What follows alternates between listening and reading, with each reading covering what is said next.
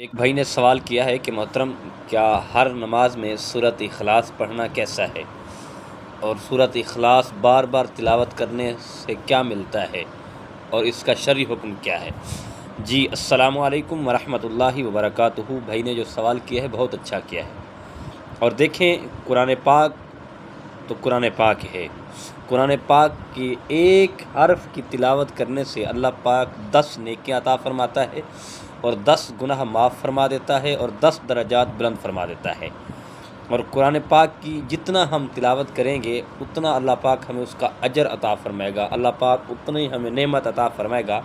قرآن پاک کی تلاوت کرنے سے انسان کے رزق میں اللہ پاک برکت ڈال دیتا ہے، اور قرآن پاک کی تلاوت کرنے سے انسان بہت سی برائیوں سے بچ جاتا ہے اور بہت سے برے کاموں سے باز آ جاتا ہے۔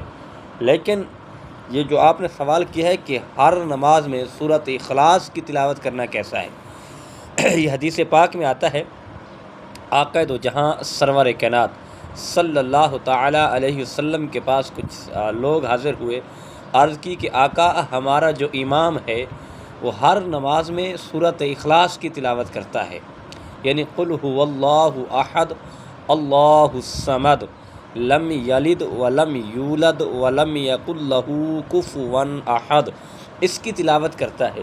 آقا کریم علیہ السلام نے فرمایا کہ اسے بلاؤ، پوچھ لیتے ہیں۔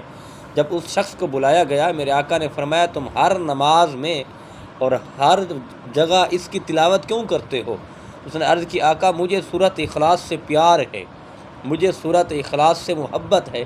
تو آقا کریم علیہ السلام نے فرمایا تمہیں تمہاری یہی محبت اور پیار جنت میں لے جائے گی، اور یہی سورت تمہیں جنت میں لے کر جائے گی۔